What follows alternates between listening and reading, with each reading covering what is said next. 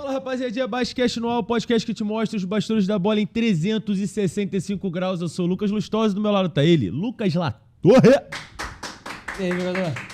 Saudade? Sempre um prazer fazer o podcast com você, Latorre. Ah, o prazer é todo meu. Eu acho que essa plateia aqui é melhor ainda. Eles agora estão diversificando as palmas. Ah, é? Eles estavam deixando mais forte pro JP. Com a Mari aqui, esquece. Com a Mari aqui só falta pra Pompom, Festa. Não tem bandeirão? Com a Mari Bandeirão, tem, né? Eu tô ligado. Contigo agora tá melhorando um pouquinho, a Sabrina aqui tá olhando. Mas não tá pagando a galera pra bater palma, não, né? Não sei, cara. Me ajuda com a pessoa que tá assistindo a gente aqui através dos nossos cortes. Chegou aqui no YouTube, tá vendo dois Lucas no plural. Sim, no plural. O que essa pessoa tem que fazer, mestre? Ó, primeiro, dá um like.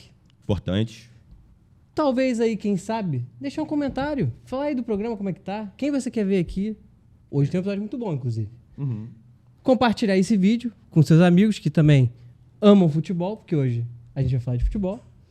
E se inscrever no canal, porque não? O mais importante, por último que você falou, se inscrever no canal. E tem uma outra coisa também que é boa. Sabe o que Hypar é? o vídeo também é bom. Hypar o vídeo. Assim, eu gosto de tudo, tá? E tudo é de graça, tudo não vai demorar 10 segundos pra você fazer, mas se inscrever é importantíssimo pro nosso trabalho. Clica aqui, ativa o sininho, se inscreve no Basquete pra gente trazer cada vez mais conteúdos do mundo do esporte e revelar os bastidores que ninguém mostra na frente das câmeras.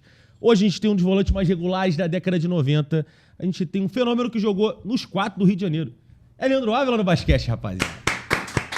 Seja muito bem-vindo. Fala, Lucas, tudo bem? Tudo bom? Fala, Lucas, foi maravilhoso. Muito bom. Pra mim é um prazer estar aqui, né? E estamos aí na correria. O meu amigo Vegeta me trouxe até aqui e pra mim é um prazer, cara. Vamos bater um papo e relembrar aí as histórias dos anos 90, né? Vai o nosso abraço também pro nosso amigo também, Vegeta. Tamo junto. Uma salva de palmas pro Vegeta. Aê!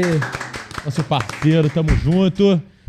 Leandro, vamos começar com o teu lado comentarista brincando aqui em off. O momento e tudo mais. Vamos falar do momento atual do futebol brasileiro, que gira em torno de a maior contratação da história do futebol brasileiro, que é o trio aqui, né? Podia fechar. A trinca de volantes aqui no meio campo seria a seleção brasileira.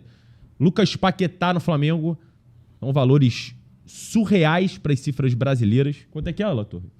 Aproximadamente Eu não consigo acreditar 48 nisso, milhões. não. Eu não consigo acreditar nisso, não. É muito dinheiro, gente. 300 milhões de reais. 300 milhões de reais. 300 milhões de reais no Paquetá, Leandro Ávila. Dá pra comprar um pãozinho. Cara, eu falei isso para um amigo, eu senti que ele não gostou.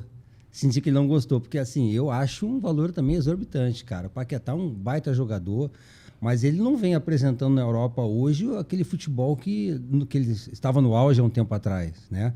E para esse valor, eu acho que é um investimento muito alto, cara. E, assim, eu quero ver no lugar de quem que ele vai entrar ali. Tem oportunidade de jogar, de ser um grande jogador? Tem, mas eu acho que pelo valor que tá pagando, cara, ele vai ser muito, mas muito cobrado. Você acha que ele vem mirando na Copa do Mundo? Talvez sim, mas vai depender do momento, né, cara? Vai depender do momento, porque ali, na minha visão, ele é um armador, um meio atacante, tipo o Arrascaeta, né?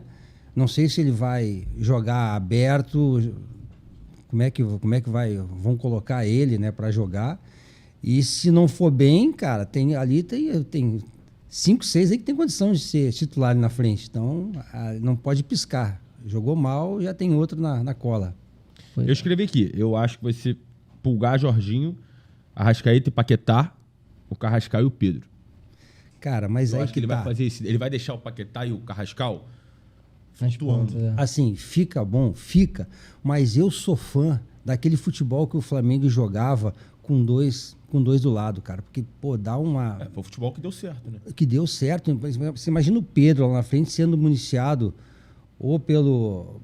Pô, sei lá, eu não sei quem ele vai botar ali, mas, pô, por 2 jogadores de velocidade chegando como jogou. Com Lino, com Cebolinha, com Luiz Araújo, isso. Plata, Bruno Henrique. Bruno Henrique, Então, assim, eu preferi assim... Como eu via o Botafogo também, em alguns anos atrás, jogando assim, cara. Sim. Né? Jogando Luiz, o Luiz Henrique, Savarino. Pô, o time era muito bom, cara. E eu acho que o time ganha mais. É um refúgio que tem ali, por exemplo. Tá ruim no meio campo, joga nos caras para correr e pela qualidade técnica de cada um, a bola vai chegar no centroavante. Jogando com um quadrado no meio, não sei como é que vai... Se vai ser a melhor maneira. Não gosto de fazer isso, mas eu vou dar minha opinião sincera sobre isso, tá? 300 milhões é muito dinheiro, mas eu acho que tem um movimento a mais do que só o Paquetá. Falar isso é pesado, tá? Porque só o Paquetá é muito grande e ele chega E também é difícil falar que ele muda o patamar do Flamengo, mas pra mim ele muda. O que o Flamengo já era o time a ser batido, acho que com o Paquetá se torna mais ainda. Só que eu acho que o dinheiro investido no Paquetá, assim como seria no Caio Jorge, não é só pelo Paquetá, é muito para mostrar no mercado brasileiro o quanto o Flamengo chegou para valer com a dominância financeira, além do que já era.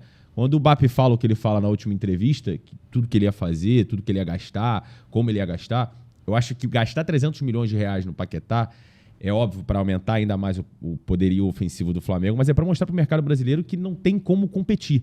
Não existe competição no cenário nacional com o Flamengo financeiramente. Nenhum outro clube tem esse poderio de contratar um jogador por 300 milhões de reais. E ainda especula que tem, sei lá, 30 milhões para usar só para uma camisa 9, né? Para competir de vaga com o Pedro. É loucura, assim. Valores exorbitantes mesmo. Na sua época era assim, Leandro? Pô. Na minha época a gente recebia de 90 em 90 dias, né? Era complicado. Mas, ó, cara, o Flamengo eu acho que merece pelo trabalho que vem fazendo, né, cara? Eu acho que não tem realmente como competir. Na minha época, você entrava no Brasileiro, você tinha 12, 13 times que tinha condição de ser campeão brasileiro. Hoje em dia, você tem ali, cara, Flamengo, Palmeiras, você tem mais um ou dois ali, talvez, que se organize, né? O restante, cara, fica assim, num nível bom para regular, né? E o Botafogo, com esse transfer ban, pois é, sem Marlon Freitas, sem Savarino. Onde tá o Botafogo, cara? Pois é, o Botafogo, assim, deu uma reviravolta do nada, né? A gente apostava no Botafogo, porque, assim, tem os times que vão bem no campeonato, que daqui a pouco volta para a realidade, né? Não era o caso do Botafogo, do Flamengo, que estão se mantendo. Eu achei que o Botafogo fosse se manter por um tempo ali, pelos investimentos que vinham fazendo. Mas agora eu estou percebendo que parece que estão dando um tiro no pé ali, cara. Eu não sei, eu não posso te falar que eu não sei o que está acontecendo lá dentro, né? Com o Textor lá, está sendo cobrado, a torcida contra ele.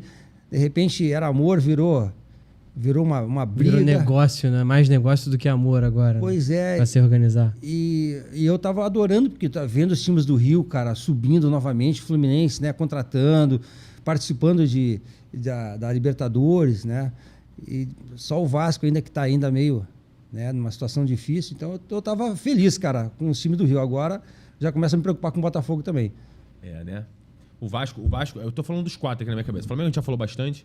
Botafogo também. O Vasco perde o Ryan, que é uma das principais peças. Verrete, vendido. Mas trouxe o Inestrosa, que é um atacante colombiano muito bom no Atlético Nacional. Mantém Fernando Diniz, mantém Coutinho. E o Vasco da Gama? Eu te confesso que eu não conheço ainda esses jogadores que chegaram novos no Vasco, né? Mas todo ano fica aquela expectativa, né? O Vasco dá uma melhorada. E assim, eu fico com pena do torcedor, cara, porque o torcedor comparece, né? Lota o estádio, apoia o time e, no entanto, o time parece que não engrena, né? Eu acho que o Vasco tem que resolver essa situação da SAF o mais rápido possível para entrar uma grana e ele poder administrar, poder revelar jogadores, que é uma coisa que o Vasco não tem revelado tanto, apesar aí agora do Ryan, né? Mas o último grande craque que eu lembro que o Vasco revelou, craque, foi o Coutinho. Depois dali revelou alguns bons jogadores, mas o Vasco sempre teve, antigamente, essa questão de revelar muito jogador, muito craque, e hoje não está revelando, cara. Eu não sei o que está acontecendo ali na base, mas eu acho que tem que dar uma melhorada. Essa era a minha pergunta. Por que você acha que não está revelando tantos craques como antigamente? Você veio de lá. Você e todos os outros que a gente conhece. Pois é, cara. Você vê o Santos, né, revelando, você vê o Fluminense, Flamengo e às vezes São Paulo. E eu não estou lá dentro vivenciando para saber o que está acontecendo dentro do Vasco. Mas o Vasco sempre teve aquela briguinha política, cara. É meia dúzia de benemérito pensando de uma maneira, meia dúzia de conselheiro pensando de outra, a diretoria pensando de outra. Cara, é uma confusão. O Flamengo, quando começou a organizar a casa, eu não vou citar nomes aqui, mas tinha umas pessoas lá dentro que também influenciavam. Inclusive não deixaram o Zico trabalhar quando o Zico esteve lá. Eu não vou citar nomes. E o Flamengo, cara, fez uma limpeza lá, não sei como é que eles fizeram, e um trabalho começou a fluir. O Vasco tinha que fazer uma limpeza dessa para ver se, sabe, as coisas começam a fluir. E também, na minha opinião, eu não falo em causa própria porque eu não trabalho mais com futebol, mas tem que botar ex-jogadores na base até para fazer essa captação de jogador, cara. Sabe? Pô, hoje em dia, o bom jogador, o grande jogador, muitas vezes não quer vir pro Vasco. Pô, olha, não revela ninguém, tá devendo salário, tá complicado, acaba fazendo teste ou sendo levado para outro time, sabe? Você diz na base, né? Na base. E melhorar a imagem do clube também, né? O ex-jogador, ele tá ali. O Vasco a experiência no clube, cara. Exato. Agora falta uma administração e lógico que não tô nem falando dessa do Pedrinho, já vem de outras administrações ruins, mas tem que dar uma melhorada porque, cara, tem muitos e muitos anos aí que o Vasco tá deixando a desejar. Então vamos ao gancho da linha do tempo. Gancho da linha do tempo com você. Na tua época, quando você começou, quando você estava na base do Vasco, agora eu pensei em um outro assunto. Por que você foi pro Vasco no começo de carreira, em relação a crescer na base? Então, a gente veio, eu jogava num time chamado Dom Bosco, lá no Rio Grande do Sul. A gente veio para cá fazer 4 jogos contra os 4 grandes aqui do Rio. E justamente para divulgar. E naquela época era trocado por bola, por chuteira, era muito de praxe isso, trocar por material esportivo. E eu fiz, cara, 4 bons jogos aqui, junto com alguns companheiros meus. A gente um foi convidado para fazer teste no Vasco, outro no Fluminense, outro no... E eu e mais 2 fomos convidados para fazer teste nos 4. Pô, gostamos de vocês, tal. E eu já contei até essa história, eu sempre conto, quando eu vou no podcast, me pergunto sobre isso. Eu não sabia onde que eu ia fazer o teste na época. Aí um amigo meu me levou em Marechal Hermes, cara, isso foi em 86 para 87. Cara, era horrível a concentração do Botafogo na época, não tinha estrutura nenhuma. Aí eu falei, cara, no Botafogo eu não vou. Aí o Flamengo já tinha um time fantástico, que era naquela época Marcelinho Carioca, Paulo Nunes, Djalminha. Não eram conhecidos ainda, mas a gente já conhecia da base. O time deles, eu falei, pô, para eu chegar do Sul agora, para entrar no time deles vai ser difícil. Então ficou entre Vasco e Fluminense para fazer o teste. Aí a gente foi no Vasco, conhecemos lá as instalações, que também era muito ruim, debaixo da arquibancada. São Januário, na época era ruim, cara. Caraca. Aí a gente falou, vamos fazer aqui logo. Vamos fazer aqui logo o teste. E eu acabei fazendo lá o teste. Na época eu era meio atacante, acabei vindo para volante para poder ter mais chance no profissional, porque no profissional tinha, não é da época de vocês, mas tinha Giovani, Carlos Alberto Dias, William, Bismarck. Pô, era muito cara de seleção, cara. Eu tive que recuar para volante para poder... Chegou a pegar um pouco do Dinamite no Vasco? Sim. Pô, quando eu subi, o Edmundo tinha acabado de subir um pouquinho antes de mim. O ataque era Edmundo, Roberto e Bebeto. Como é que era estar no ambiente com esses caras? Pô, era muito bom, né, cara? Porque ali eu só tinha a função de marcar. Pegava a bola, jogava lá na frente, eles resolviam, cara. Era muito fácil jogar num time desse, cara. Era muito, e todo mundo tinha... O Flamengo tinha algum time, Botafogo também tinha. Pô, era fantástico. O Campeonato Carioca era mais valorizado. Todo mundo queria ganhar o Carioca, a torcida, né, dava muito valor ao Carioca. Hoje em dia não, cara. Hoje em dia, talvez até pelo fator financeiro, né? Não... Pô, Edmundo subindo, Bebeto chegando ali perto do auge também, o Dinamite no final, mas, cara, que ataque surreal, mano. Era muito bom, cara. Sempre tinha um para resolver. Quando não era o Roberto, era o Edmundo era o Bebeto, sempre um resolvia. Duas coisas, né? Você, primeiro, chegou a pegar essa transição do Bebeto do Flamengo pro Vasco? E segundo, você se considera campeão de 89? Não, 89 não. 89 eu Era base ainda. Era base ainda, Eu comecei a aparecer assim quando a gente foi campeão de 92 da Copinha. A Copa São Paulo, um título que o Vasco tem. Aí foi quando eu comecei, já estava no meu último ano, eu me projetei ao profissional. Entendi. Mas aí não tinha vaga, o Vasco me mandou para o Americano de Campos. Foi uma história longa aí. Fugiu do Americano. Fugiu do Americano. Fugiu do Americano, cara. Pô, eu fiz um negócio que não se faz, mas o meu coração mandava, cara, na época. Porque, pô, acho que foram 12 ou 13 jogadores para lá na época, né? E eu tinha esperança de ficar, né, no grupo ali, nem que não jogasse, né? Mas aí as coisas foram acontecendo. Voltei de lá, o Eurico me deu uma dura, né? Acabei ficando lá em São Januário. Daqui a pouco machucou um jogador, eu entrei. Acabei fazendo gol, uma coisa que eu quase nunca fiz na minha vida. Falei fazendo gol no coletivo, o treinador gostou e eu acabei entrando no time, cara. No momento certo, na hora certa. No momento certo, na hora certa. Por isso que eu falo, cara. O cara tem que ter... tem que ter um pouco de sorte também. Além da competência, né? Além da capacidade, você tem que ter um pouquinho de sorte. Você está no lugar certo, na hora certa, né? Muitos jogadores que foram para lá, muito bons, cara. Mas naquela época, no interior, você não aparecia tanto. Hoje em dia você tem olheiro para tudo quanto é lado, tá todo mundo te vendo com a internet. Antigamente não tinha isso não, cara. Tu ficava num time pequeno, era difícil para você se destacar. Cara, eu fico pensando... Ah, não, tu tinha 2 perguntas. Exato. Aí minha outra dúvida era em relação ao Bebeto. Porque você deve ter visto, né? Acompanhado essa transição dele do Flamengo pro Vasco, que na época foi muito impactante. Vocês chegaram a ter contato com isso? Então, na época eu ainda estava no Amador, quando ele Sim. foi, né? Acho que foi em 89, foi campeão até brasileiro, né? Junto com o Andrade, com o Tita, vários jogadores do Flamengo estavam nesse time. Mas, assim, eu lembro que ele beijou a camisa e tal. Isso é uma briga até que o torcedor do Flamengo tem com ele, né? Por ter beijado a camisa.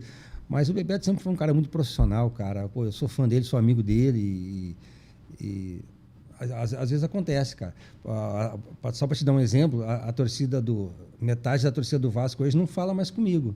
Fala que eu sou traidor, porque eu fui jogar no rival, sabe? E faz parte, cara. Infelizmente, o torcedor tem o direito, né? E você tem uma história legal nos 4. No Fluminense foi um curto prazo ali, mas... Nos 4, você jogou nos 4, principalmente no Flamengo e no Botafogo. Você também tem uma história muito bacana de título. Isso, e foi uma coisa que eu não programei, sabe? Acabou acontecendo, cara. Porque na época não tinha Lei Pelé.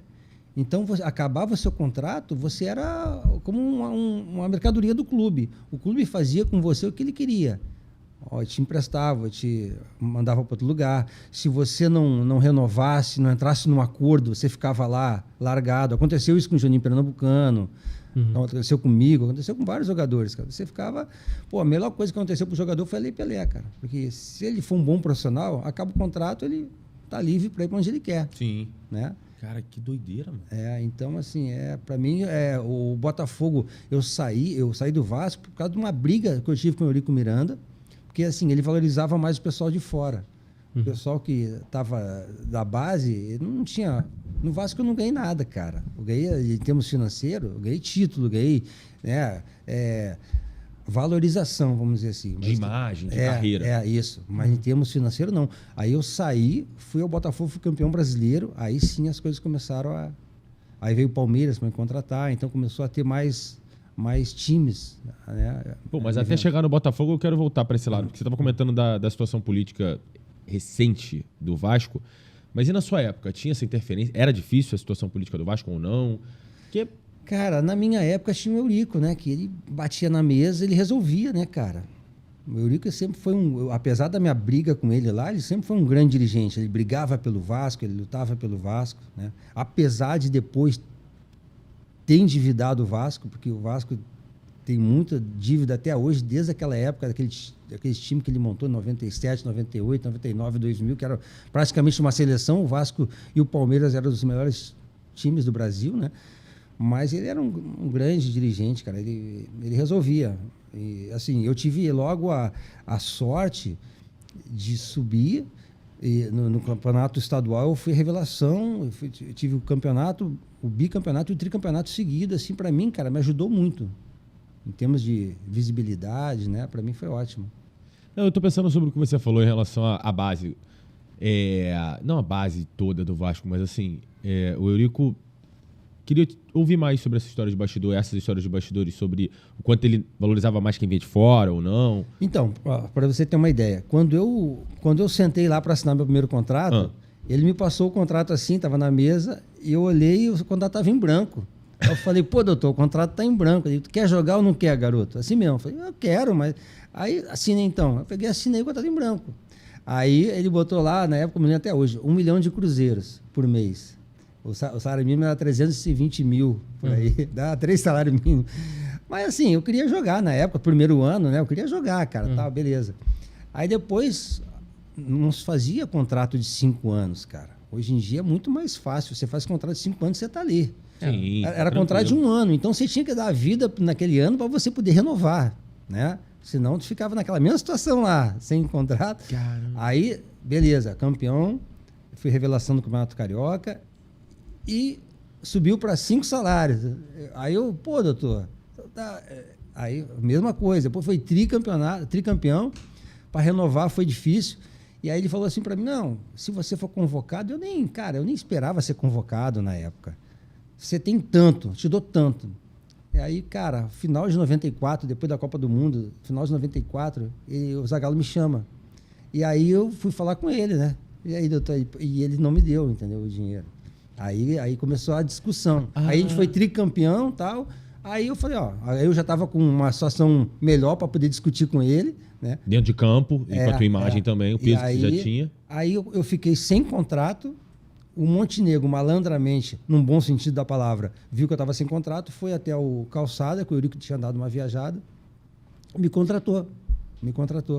E aí, por empréstimo, eu fui ao Botafogo, campeão brasileiro, né? E quando eu volto, aí o clima ainda ficou ruim, acabou vindo o Palmeiras e eu saí. Mas a minha ida pro Botafogo, pô, cara, para mim, foi muito bom. Eu não pretendia sair no momento, mas já que acabou dando essa possibilidade, eu saí, porque eu fui desacreditado pro Botafogo naquela época. Né? Ninguém esperava que em 95 fosse campeão brasileiro. Exato. Né? Mas acabou que deu tudo certo. Sabe quando tem tudo para dar errado e acaba dando certo? Porque o salário estava 3 meses atrasado. Isso no Botafogo. No Botafogo. A pré-temporada não foi feita com todo mundo. Por exemplo, o Gonçalves e o Donizete chegaram na primeira ou segunda rodada. Eu cheguei na terceira rodada. Entendeu? Então, a pré-temporada, a gente treinava, cara, em Caio Martins. Eu morava na Barra. Não tinha linha amarela. Tinha que ir pela Zona Sul para Niterói. Caraca. Então, cara, demorava muito para ir, demorava muito para voltar. Né? E, então, assim, e às vezes o campo de Caio Martins, a gente treinava lá. Era muito ruim. E muitas vezes tinha que poupar o campo. A gente treinava atrás do gol, cara. A gente treinava atrás do gol. Então, que chuvinha, fazia um trabalhozinho assim atrás do gol. E era isso, cara. Era tudo de improviso, né? Mas só que o time entrosou, cara. O time era muito bom, o time raiz. Todo mundo querendo, todo mundo, né? Querendo mostrar. A gente não tinha craque. Tinha uma estrela que era o Túlio. Mas craque mesmo não tinha. E aí a gente começou, a partir da 10ª rodada, a ver que o time estava entrosando, começamos a ganhar. E foi embora, cara. Pô, o Pantera foi um dos podcasts que eu mais ri da minha vida, cara. É muito engraçado. Não, ele é só engraçado, ele é louco, pô. Ele fica fazendo isso o tempo todo no podcast. O cara é maravilhoso. Quando você menos espera. Nada, ele contou a história que o Botafogo... Cara, que loucura, que o Botafogo ainda tava devendo dinheiro a ele, que ele tava na fila pra pegar, que apareceu o Garrincha na frente dele. Esperando na fila junto. A esperança pra pagar. Não, eu também tô na fila. Do Botafogo? Do Botafogo. Que loucura. Há 2 anos atrás, cara. Tu vê, isso já tem mais de 20 anos, cara. Tem mais de 20 anos, mas dá uma confusão. É porque, cara, esse negócio de direito de imagem nada mais é do que o teu salário. Eles jogam uma parte no direito de imagem para eles pagar menos imposto, você acaba pagando menos também. Mas, por um lado, não é muito bom, cara, porque você recebe, às vezes, na nossa época, ele falava assim, o salário está em dia. Está em dia o trabalhista, que era os 20%. Justamente a menor parte, né? Os 80% na época que estava no direito de imagem estava atrasado. Sim. Então, cara, aí, até hoje, rolou muita coisa durante essa parte de judicial aí. Aí, há 2 anos atrás, eu ganhei. Entrei na fila. Agora, eu não sei.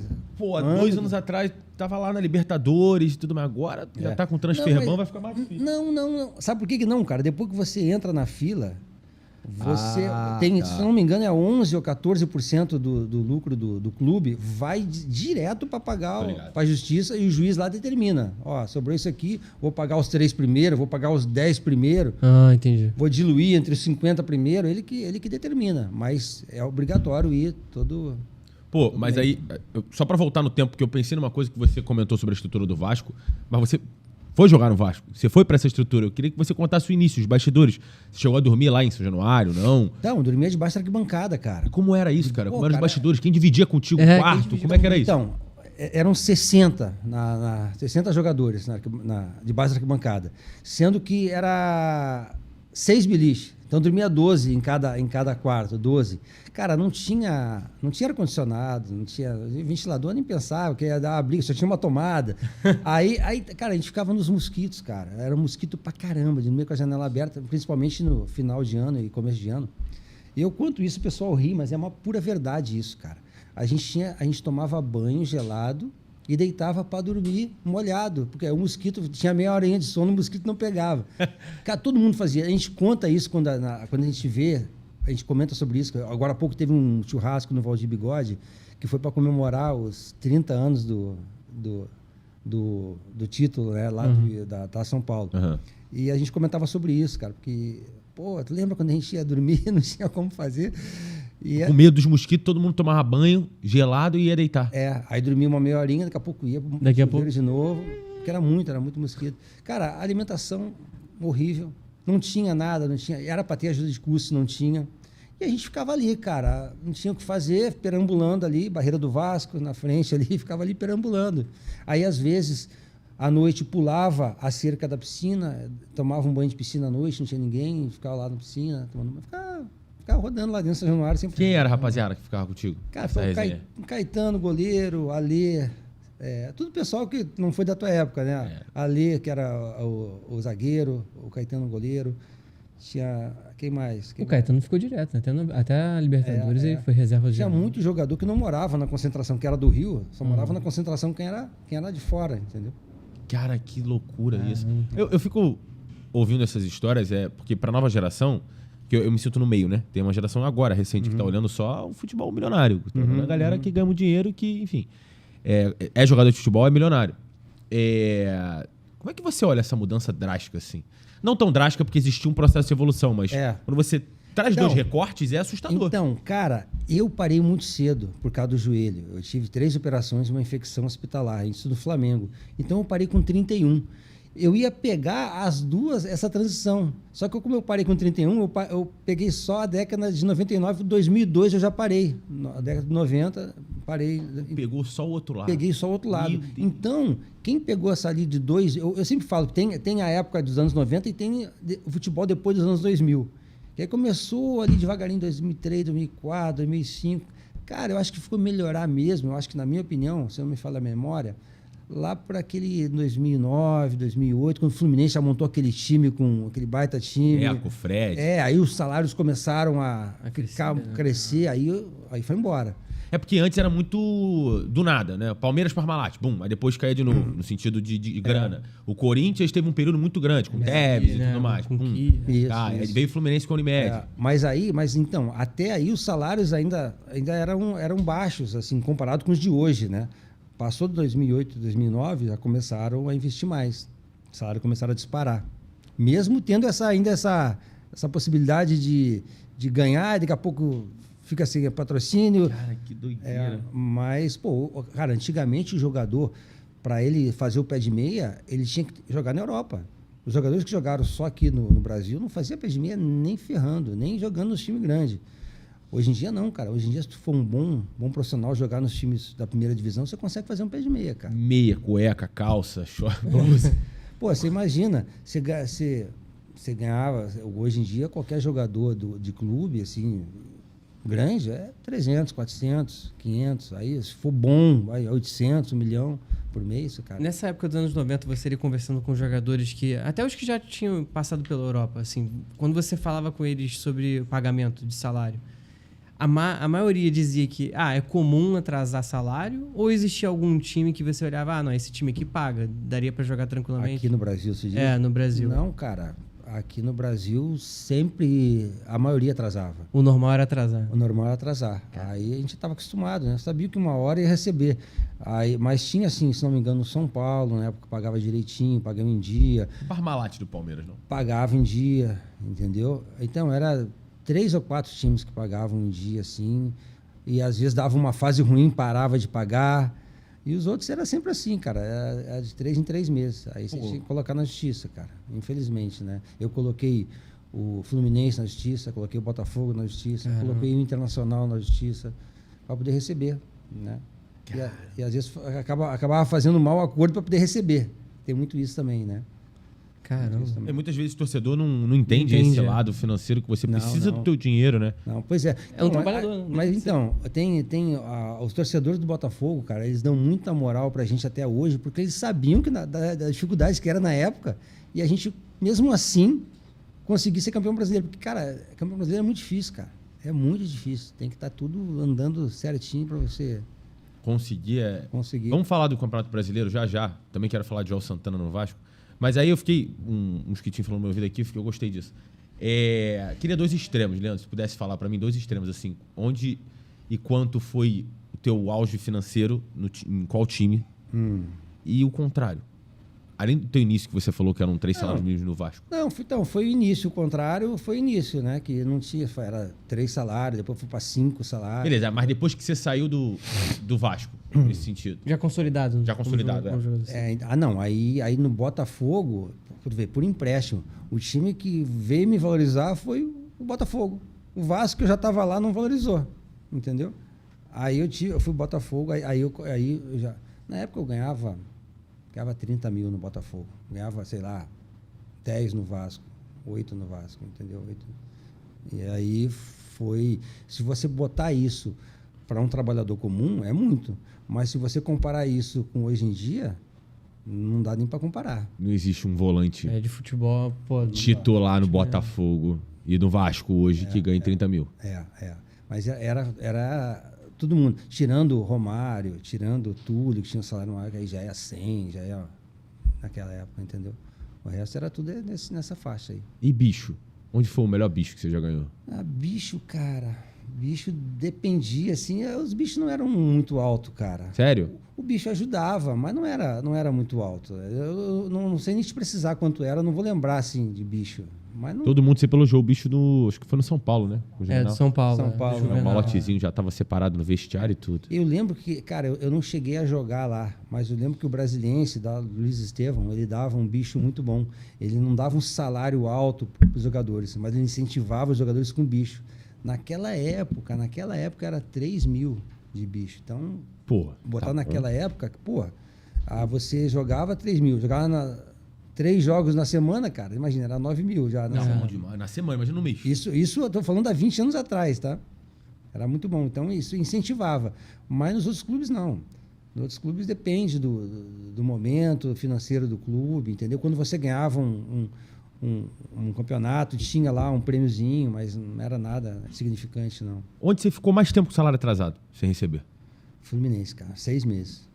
Você ficou 6 meses sem receber o salário do Fluminense? Cara, na verdade eu estava com uma lesão séria de pubis lá no Palmeiras e eu não melhorava, cara. O pessoal falava, não, o clima aqui é frio, tudo vai demorar mais tempo para melhorar. Aí o presidente do Fluminense me ligando naquela época, vem para cá, fui. Cheguei lá, e o pior é que eu estava sendo convocado, cara, para a seleção 97, 96, e fui pro Fluminense, cara, aí... time mal, não fui mais convocado e... Foi em 98, né? Oi? Você foi em 98 pro Fluminense? Fui em 97. 97. No Brasileiro de 97 e joguei estadual de 98. Entendi. Foi quando veio o Flamengo e me buscou lá. Então você pegou o rebaixamento da A para B, então? Peguei da A para B. 6 meses, cara, a gente não era nem mais cobrado. Não tinha nem mais reunião. Joga aí e tal. E a gente não jogava de sacanagem, não, cara. A gente, não vamos cair, não vamos começar. Não tinha como, cara. Ninguém recebia. Naquela época, o celular valia uma grana. Quem tinha 2 celulares vendia um. Quem tinha um, às vezes ficava 100, porque estava vendendo para poder pagar as contas. Porque 6 meses, cara. 3 meses tu ainda segurava na época, mas 6 meses... Então é metade de um ano, é isso que eu tô falando. Como é que vocês sobreviveram? Como é que os jogadores sobreviveram? Cara, como é que a equipe por trás sobreviveu? Quem tava começando carreira, não sei como é que fazia. Ficava em casa, eu acho. E o pior é que o time não era ruim, cara. O time era Paulo Roberto, lateral, não é da época de Paulo Roberto, Nonato na outra lateral, que era do Cruzeiro, né? O Adilson, o zagueiro, que tinha sido campeão mundial com o São Paulo. Tinha eu no meio. Aí tinha na frente, cara, tinha o Paulinho McLaren, o Nélio. Paulinho McLaren, artilheiro direto dos brasileiros. E tinha aquela galera subindo. Roger, Magno Alves. O Rony. Rony. A molecada voando. Só que, cara, não tinha como motivar a galera com 6 meses lá atrasado. A diretoria não se manifestava, os jogadores, o que os jogadores falavam? Nada, assim? Não tinha nem mais reunião, o treinador nem cobrava mais a gente, cara. Que isso. Não tinha nem o que falar. Aí foi aonde a minha sorte é que o Flamengo sempre tentou me contratar desde a época do Vasco. Mas o Eurico falava, pro Flamengo eu não te vendo. Quando chegou no Fluminense, aí o Fluminense não tinha outra opção. Aliás, o Fluminense me comprou do Palmeiras e não pagou o Palmeiras. Foi um negócio judicial lá, cara, entre eles lá.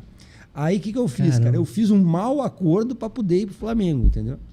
Aliás, foi até o Flamengo que me pagou a parte do Fluminense para poder ir. Cara, eu ainda tô muito impactado pelos 6 meses sem receber, assim, porque como que era no dia a dia em relação a... Não é nem motivar, não. Como é que vocês iam trabalhar? Como é que vocês jogavam jogos? Tinha que ganhar, pô. Você diz por você que não entregava, óbvio que não, porque você é profissional, mas você olhava pro lado e não tinha o que fazer? Tinha um cara que já tava de saco cheio? Não. Todo mundo era 100%? Todo mundo. Mexe muito com a honra do jogador, né? Tipo, ninguém quer ser rebaixado, fica aquela coisa. Pô, tu imagina você ficar 6 meses sem receber e ainda ser rebaixado. Vai mudar alguma coisa? Era melhor ter ficado 6 meses sem receber e continuar na Série A, pelo menos isso, entendeu? Mas, cara, faz parte, infelizmente, né? E por isso que o pessoal me zoou até hoje, né? Porra, tu saiu de lá do Palmeiras, com a Parmalat, veio... Porque na época era MTV a patrocinadora e Oceânica Seguros. Do Fluminense. Caramba. Complicado. Cara, eu tô pensando muito nisso. Em 98, então, você sai e vai pro Flamengo. Você não chega a jogar a Série B pro Fluminense? Não. Se tivesse que jogar, eu jogaria. Mas, pô, cara, pela situação que o Fluminense estava passando financeiramente, ninguém queria ficar. Uhum. Quem teve mercado ali saiu. Quem não teve... E eu pensava assim, cara, eu vou fazer a minha parte em benefício do grupo, mas eu vou fazer a minha parte. Já tinha a Lei Pelé nessa época? Não, ainda Só foi a partir de 99, não é isso? Mas, cara, demorou ela entrosar, assim, a gente entender. Depois de 2000 e pouquinho que a gente foi, né? E se não aparece o Flamengo, então, tu ia ficar ali preso, então, né? Provavelmente. Sem poder sair. Ia. Sem receber salário e preso. Não, mas, cara, eu vou te falar, para eles não iam querer prender ninguém. Eles iam querer se livrar da folha de pagamento e liberar todo mundo. Se livrar da folha que não pagar. Mas pelo menos não dá, diminui a dívida do futuro. A dívida. Se um dia vão existir para pagar. Pois é. Que loucura, porque assim, cara. Se eu não vou, porque já tava todo mundo começando a botar na justiça, cara. O jogador jogando, botando na justiça. Imagina como é que fica a situação. O time dos 11 jogadores jogando com o time na justiça. Meu Deus do céu, cara. Era complicado, mas fazia parte, cara. Futebol mudou muito, melhorou muito, cara. Melhorou muito. Vamos voltar, porque eu não quero perder o fio da meada em relação ao Joel Santana, porque é um dos maiores personagens do futebol carioca. Eu queria te ouvir em relação à resenha, se você tem alguma resenha com o Joel. Papai Joel. Cara, eu tenho uma resenha com o Joel. Ih, lá vem. O Joel sempre foi um grande treinador, cara.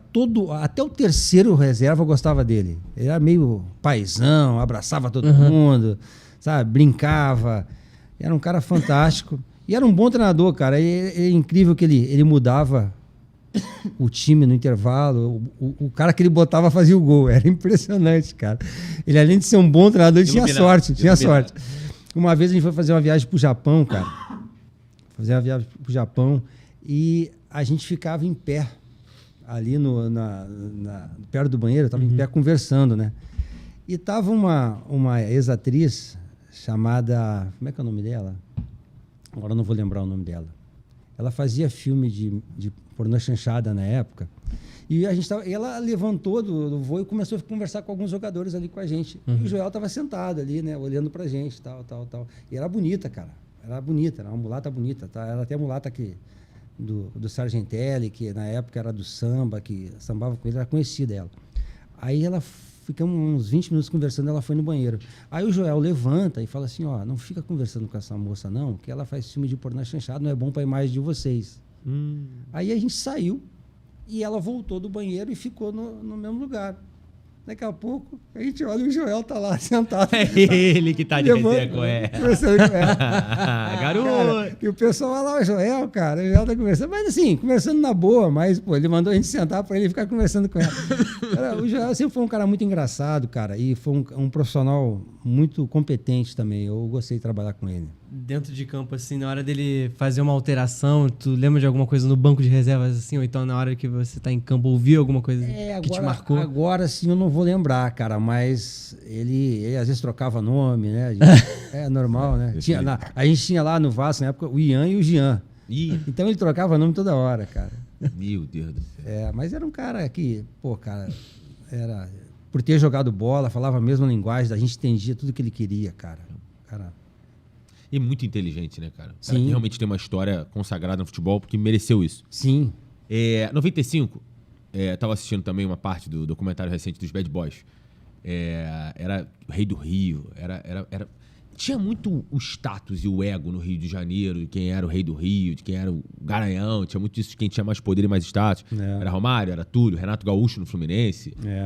Depois o Fluminense acabou ganhando o Carioca com gol de barriga. E o Joel também tava nesse rolo. O Joel também queria estar. Ele falava. Como é que era pra você em relação a esse período? Você já tava no Botafogo 95 com o Túlio. Porque ele era um dos candidatos a Rei do Rio. Renato ganhou o Carioca, então ficou com aquela moral toda. O Romário no Flamengo. Depois teve o período do melhor ataque do mundo, com o Romário, Sávio Edmundo. E você tava do outro lado marcando esses caras, os possíveis reis do Rio. Você era o vilão dos reis do Rio. Como é que era pra você nos bastidores esse período, cara? Cara, o Túlio sempre foi um cara muito tranquilo, cara, na dele, sabe? Ele era polêmico assim na hora com a latinha, queria falar, queria fazer o marketing dele, né? Mas sempre foi um cara muito tranquilo. E por ele ser até tranquilo, cara, a gente fazia nossas reuniões lá, na hora de cobrar no Botafogo, né? Pô, ele ficava na dele, ele não falava nada. E esse até foi o motivo do desentendimento que teve entre o Gotardo e ele lá no Botafogo. O Gotardo era o capitão, né? Porque ele começaram a achar que o Túlio recebia em dia. Porque ele não reclamava nada. Ele não reclamava nada, né? Mas era o jeitão dele, cara. Ele queria jogar, fazer gol e falar, né, na imprensa que ele gostava, né? Então o Túlio sempre foi um cara tranquilo, cara. Cara, que loucura. Mas teve essa treta legal, o otar dele? Na época teve, O que aconteceu? Não, cara, os dois eram muito profissionais. Então, dentro de campo era de boa. Fora de campo não se falava na época, né? Hoje em dia são amigos, o pessoal dá risada disso, mas, cara, na época lá não se falava, mas não tinha grupinho, ou do Gotardo, ou do Túlio, todo mundo gostava deles, né? E eu acho que ajudou muito também, que pouca gente fala, naquele título de 95, foi os reservas, cara. A gente não tinha craque na reserva, mas tinha o Iranildo que entrava, tinha Narciso, tinha os caras tudo de velocidade, só jogador. A gente não tinha jogador lento, cara. O time entrava... O jogador entrava, o time ficava mais veloz. Era uma correria desgraçada. Então, isso ajudou muito pra gente. E o Túlio tem 1000 gols ou não tem 1000 gols? Cara, eu acho que ele contou desde mirim aí, né, cara? Mas vou te falar. Era artilheiro e fazia... Quando falava que ia fazer, ele fazia, cara. Como assim? Hoje eu vou fazer 2. Ia lá e fazia 2, cara. Impressionante. E tu tem alguns lances dele hoje em dia, que muita gente fala, o Túlio mexia pra dentro só. Não, ele dominava, tirava o zagueiro da jogada e pum, fazia o gol. Era impressionante. Ele dominava, tirava o zagueiro e fazia o gol. Cara, ele tinha muita qualidade, cara. Muita qualidade. Era uma época recheada de craques, né, cara? Era uma época que tinha muita gente boa. Você falou do teu período de seleção, eu vi uma foto no teu Instagram, que inclusive tá Ronaldo e Romário. Tá. Da Rita, todo mundo. Isso. Que seleção absurda. Foto. Cara, eu dei até o azar, vamos dizer assim, de entrar no momento que a seleção tinha acabado de ser campeão do mundo com Dunga e Mauro Silva, né, cara? Pô, então, pra mim ficou complicado. Eu garoto, né? E depois eu tive a lesão que me prejudicou bastante também no Palmeiras. Então, assim, cara, mas eu tive esse privilégio de jogar com esses jogadores. Pra mim, eu aprendi muita coisa. Eu queria que você também contasse bastidores sobre o Zagallo, que te chamou. Como é que era a tua relação com o Zagallo? Pô, era muito boa, cara. O Zagallo, cara... Uma lenda. Antes que você me pergunte, já vou te responder. Foi o melhor treinador que eu tive, cara. Perfeito. O Zagallo, pra mim, ele era muito coração, muita emoção. Tu vê que tu vira e mexe, tu vê ele chorando, né? Ele passava aquela emoção pra gente. Uhum. Tudo que ele fazia dentro de campo, no treino, era o que ele cobrava dentro de campo. Não tinha invenção. Eu já tive treinadores, não vou citar nome, mas tive treinadores, o Vegeta sabe quem é, que cara, inventavam um monte de coisa, tipo o professor Pardal. Foram poucos, mas a maioria... Você inventava, tipo, o que tem que fazer? É completamente diferente da maioria e principalmente do Zagallo, que ele cobrava o que tinha, que treinava dentro de campo. Uhum. Então ele passava muita coisa boa, muita emoção pra gente, a gente sentia uma confiança nele, cara. E foi isso, o Zagallo foi... Então, pelo que você estava falando, o Zagallo era mais simples em relação a... Tinha profundidade, só que era mais simples em relação à tática, é isso que você está querendo dizer? Eu só não entendi o que você falou, porque existem treinadores que queriam inventar muita coisa. Tipo, fazia. Ele fazia o simples objetivo e todo mundo entendia, entendeu? E dava certo. Era isso. Dava certo. Dava certo, cara. Ele já contou alguma história da época da seleção de 70, alguma coisa da época, sei lá, do Pelé, alguma coisa para tipo, comparar uma situação que vocês podem ter vivido? Cara, que eu lembre, não. Ou até de 94 mesmo.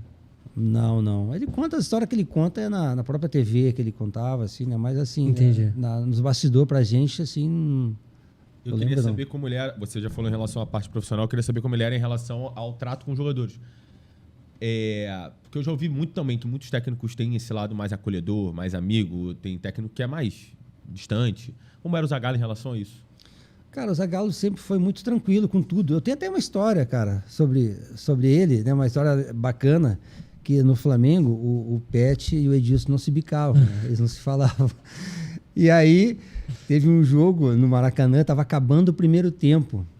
E aí o Edilson chega pro treinador na beira do campo, o Zagallo, fala: Zagallo, tem que tirar o gringo, pô, não dá pra jogar com ele não, tem que tirar o gringo. Só que o Pet escutou. Eita, filha. E aí passou a jogada, veio o Pet. Não dá pra jogar com esse negão, tem que tirar. Aí acabou o primeiro tempo. E aí foi todo mundo pro vestiário. E agora? O que ele vai fazer? O que ele vai tirar? Rapaz, eu sei que o Zagallo era tão inteligente, cara, que ele chegou e... Não, só de sacanagem, não vou tirar ninguém, vai ficar os dois. Foi inteligente, né? Porque, pô, tu imagina, se ele tira um, ele podia se complicar. Por mais experiente que ele fosse, porra, se ele tirasse um dos dois, ia dar problema pro Zagallo. O time perde, e aí? Vou cobrar, ia ser ele.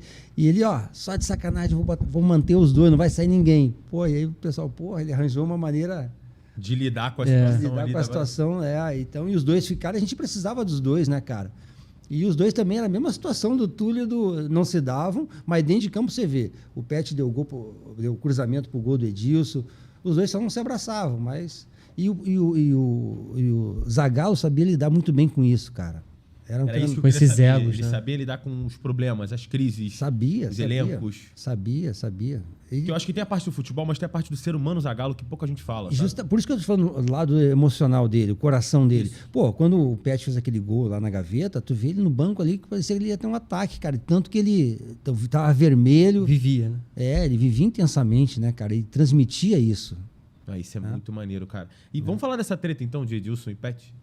Não, foi isso. Não teve... Era ego por conta do futebol mesmo, do meio campo? Eu acho que sim. Acho que sim.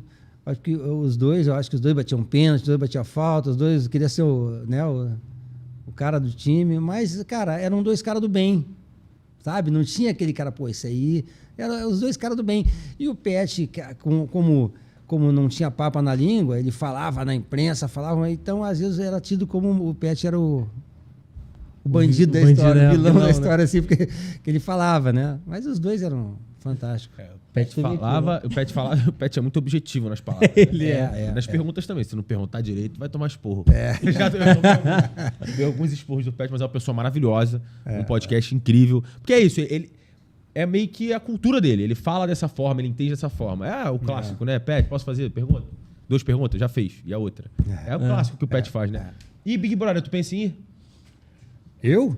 Pô, eu tô assistindo Big Brother por causa do Edilson, cara. Então, é o gancho. De vez em quando o Edilson eu vejo. tá lá. Não, eu não tenho condição, eu não tenho condição, cara. Eu vou ser expulso na primeira semana. Olha pra rapaziada da fofoca aqui. Ele tá sendo verdadeiro, ele tá sendo quem ele é aqui fora. Cara, vamos falar de Big Brother. Ou o jogador tá jogando? Pode falar a Sincerão verdade. do Edilson Eu assisti 2 ou 3. Eu não assistia nenhum, assisti 2 ou 3 por causa dele, mas eu não tô meio por fora. Eu não tô. A resenha dele lá não tô. Mas e aí, tu acha que ele garante essa taça? Ele vai trazer essa taça? Cara, não sei.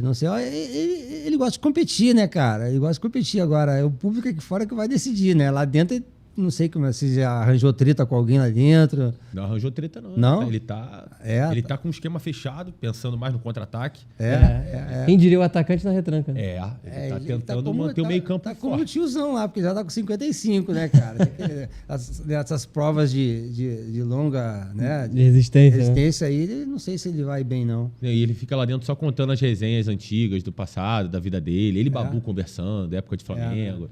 O Babu ainda menciona os 2 gols dele contra o Vasco. Fala dos gols dele contra o Vasco. Fala que foi o dia que ele mais chorou. E ele fala chorando, inclusive. E ele fica puto porque todo mundo fala do Pet, né? Porra, eu fiz 2 gols no jogo, dei passe, ninguém fala de mim, só fala do gol de falta do Pet. Mas... Ele fica bolado porque a galera lembra mais do gol de falta, que foi antológico.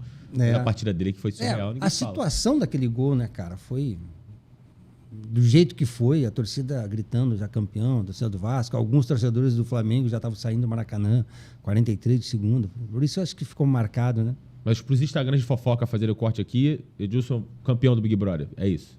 Eu vou Tá na torcer torcida. Vou torcer pra ele. É o único assim que eu tenho mais intimidade. Bom que ele paga o churrasco depois, né? Vai Paga 5 nada, milhões, vai. meu amigo. 5 milhões, meu amigo. É. Não é 5 milhões. 5 milhões e meio no bolso de Edilson. Pô, É, com um dá pra né? pagar o Fora churrasco. a mamatinha que deve ter de patrocínio, de É. nananã. Não, ele, mesmo se não for campeão, ele tem que ir mais longe possível, que aí ele tira mais um pouquinho, né? Tira mais uma graninha ainda, cara. Bom. É bom? Bom, pô. Vai puxar mutirão então, pro Edilson Capetinha. Vou torcer pra ele, pô. Torcer pra ele, com certeza. Eu tô torcendo, sabia? Eu também. Depois ele vem aqui e conta. Luísa fica assistindo todo dia pay-per-view, eu não tenho o que ver, eu fico falando, eu tô torcendo pro Babu e Edilson. Por mim. Vamos falar de Flamengo. Tua chegada ao Flamengo foi teu prime? Foi o momento que você mais jogou bola ou foi antes disso? Cara, eu tive fase boa no Vasco, no Botafogo e no Flamengo, cara. Só que com o Flamengo foram mais títulos. Então, assim, eu me identifiquei mais, acabei me identificando mais com o Flamengo devido a esses títulos e devido a metade da torcida do Vasco parar de falar comigo. Mas o torcedor do Botafogo, cara, até hoje, o pessoal mais velho, lógico, né? Lembra, me para na rua, acho bacana isso. Mas o torcedor do Flamengo também, cara, pô, me dá muita moral devido a esses títulos, né? Porque não foi só outro tricampeonato. Foi a Mercosul em cima do Palmeiras, que era considerado o melhor time do Brasil. E depois a Copa dos Campeões também, que acabou, né, cara? Foi lá em cima do Nordeste, dava uma vaga para Libertadores. Vencendo São Paulo, né? É. O Pet fazendo gol de novo. Pô, igualzinho, né, cara? É bizarro. Eu ia te perguntar sobre isso. Nas ruas você é mais identificado com qual? Flamengo? Com o Flamengo, Em relação ao que você mais se identifica? Você, ao invés da torcida te identificar? A tua Cara, passagem pelo Flamengo foi mais marcante? Eu acho que foi mais marcante porque no Botafogo foi muito rápido, cara. Foi muito curto. Foi só o brasileiro. Depois, no final do ano, eu queria até continuar para disputar a Libertadores no ano seguinte, mas já tinha a destroca, que foi feita uma troca, na verdade. Foi o Nelson, volante, para o Vasco, e foi o Jefferson, lateral, na minha troca para o Botafogo, entendeu? Depois teve que trocar de novo e eu acabei voltando para o Vasco. Então foi muito rápido. O Botafogo e o Flamengo foram 4 anos ali, com 5 títulos, eu acho que ficou mais marcado. Mas você queria ter ficado no Botafogo, caso não tivesse essa troca? Para disputar o 96, sim. Entendi. Para disputar a Libertadores. Mas o Botafogo, como eu te falei, estava 3 meses lá atrasado, se desfez o time todo, cara. Ficaram aí, ó, acho que o Gotardo e mais 2 ou 3 ali. Teve que contratar todo mundo, aí não deu certo. Ele fala isso, o Gotardo teve aqui, ele fala que ele ficou muito chateado de ter que ter saído do Botafogo, acho que ele foi pro Cruzeiro. Cruzeiro, foi. Depois, naquele período, e ele fala que ele foi até o presidente falou, cara... Que eu acho que, se não me engano, o Autuori acabou indo pro Cruzeiro e levou vários... Exato. E foi campeão da Libertadores depois pelo Cruzeiro. Foi, né? Pelo Cruzeiro, e aí teve o problema do Mundial de Clubes. Com o Nelsinho, e deu tudo errado lá, porque contratou, trouxe o Gonçalves, inclusive, para fazer Pantera e Gonçalves. Isso, pro Mundial de Clubes, e deu tudo errado contra... Isso. Não lembro. O Dortmund. O Borussia Dortmund. Quero falar de Flamengo, em relação ao tua Mercosul, que em relação ao Brasileiro de 95, você acha que o Mercosul foi mais importante ou não? Cara, não sei te responder essa pergunta, cara. As duas foram importantíssimas para mim, cara. Eu não podia escolher uma e deixar a outra, entendeu? É porque hoje em dia a galera não sabe, não tem a Mercosul. Porque assim, deixa eu te... Na época, eu acho que vocês eram mais novos, né? A Mercosul, cara, ela não tem a mesma visibilidade que a... Sul-Americana. Não, Libertadores da que a América. Libertadores. Sim. Só que ela era tão difícil quanto a Libertadores. Porque na Mercosul, você tinha os 2 melhores times de cada país. Era River e Boca, Peñarol e Nacional, Colo-Colo e... Não tinha essas coisas, essa situação, essa sorte que você dá às vezes na Libertadores de pegar um time da Venezuela, um time, sabe, da Bolívia mais ou menos. Porque o negócio na Libertadores começa a funilar mais do meio para... Sim, as oitavas para Então, a Libertadores sempre teve mais moral. Mas era muito difícil naquela época, cara, a Mercosul, por causa disso. Era só os 2 melhores de cada... Caramba. De cada... E não tinha VAR, não tinha nada disso, né? Tu encarar, Não tinha nada. Tu encarar os caras... Pô, tem uma história lá contra contra o Penharol, que a gente teve que sair correndo, cara. Porque os caras invadiram o campo, sabe? Invadiram o campo. Cara, é melhor você jogar contra time argentino lá do que você jogar contra time uruguaio, cara. Sério? Naquela época era. Pô, Os caras fechavam tudo, né? Toda vez que ia fechar, apedrejar ônibus, era invadir estádio. Era complicado. Como é que foi? Cara, e naquela época, na Mercosul, se você pegar os resultados aí, eu não vou lembrar de cabeça agora, a gente deu umas 4, 5 goleadas, cara. Foi no Colo-Colo. Independente, né? No Independente, no... Teve um que deu de 7-1, cara. Foi assim, foi... Universidade, foi, né? foi, Universidade? Foi Universidade, talvez, Foi. Então, nosso time era muito bom, cara. Sabe? Não era, assim, o Palmeiras era considerado um time melhor, mas se você olhar para a base ali do Flamengo, tinha, cara, eu acho que uns 10 jogadores da base do Flamengo, ele só jogador top, cara. Aquele Palmeiras ganha a Libertadores de 99. Palmeiras é o... Em 99, a gente teve a possibilidade de vencer os 2 melhores times do Brasil, que é o Vasco no Carioca, na final, né? E depois o Palmeiras na Mercosul. Mas só apontando esse lance, essa partida do Penharol, como é que foi fugir daquela situação? Porque acaba o jogo, o tempo fecha, né? Então, a gente tá vendo o jogo acabando e a torcida já pulando o alambrado. Meu Deus do céu. E aí o pessoal olhando, né? Fala, vai ter que correr. Mas só que abriram os portões, cara. Alguém, o segurança, alguém abriu os portões de sacanagem e entrou parte da torcida, né, cara? E a gente teve que se jogar no túnel, cara. A gente teve que se jogar no túnel. Tem uma escadaria assim, né? A escadaria a gente jogava. Tem uma foto do Célio Silva, o zagueiro, né? A chuteira na mão? Ele tá vindo assim, tem um cara do Penharol vindo pra cima dele.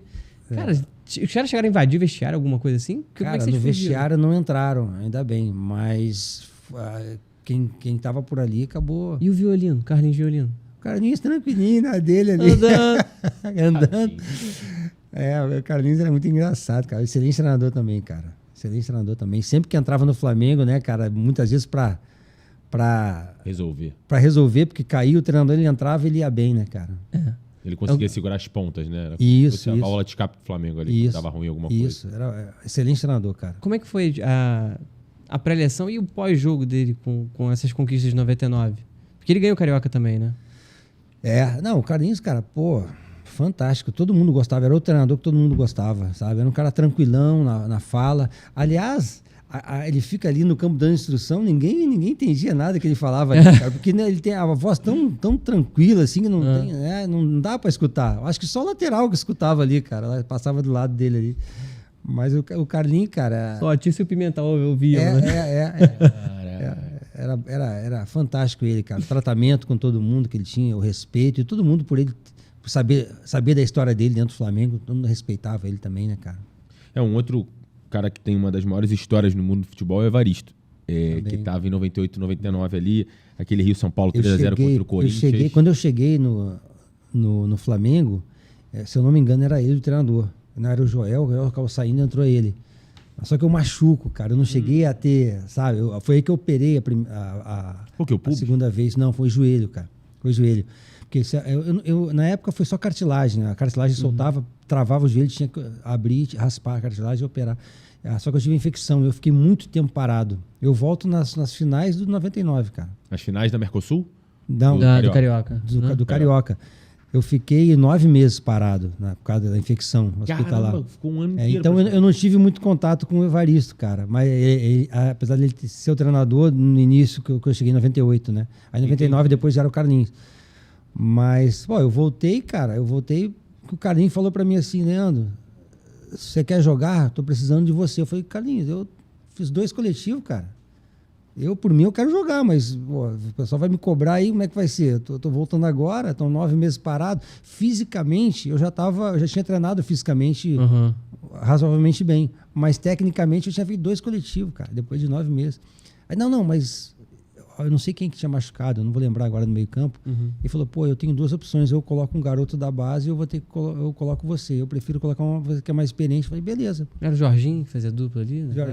O Jorginho. Araújo, né? Era o Jorginho. Aí, vou te botar pra marcar o Edmundo. Que isso? Sério? Pra voltar tranquilo, né? Você quer arrebentar comigo, né? Porque eu voltando agora. Cara, acabou que deu tudo certo, cara.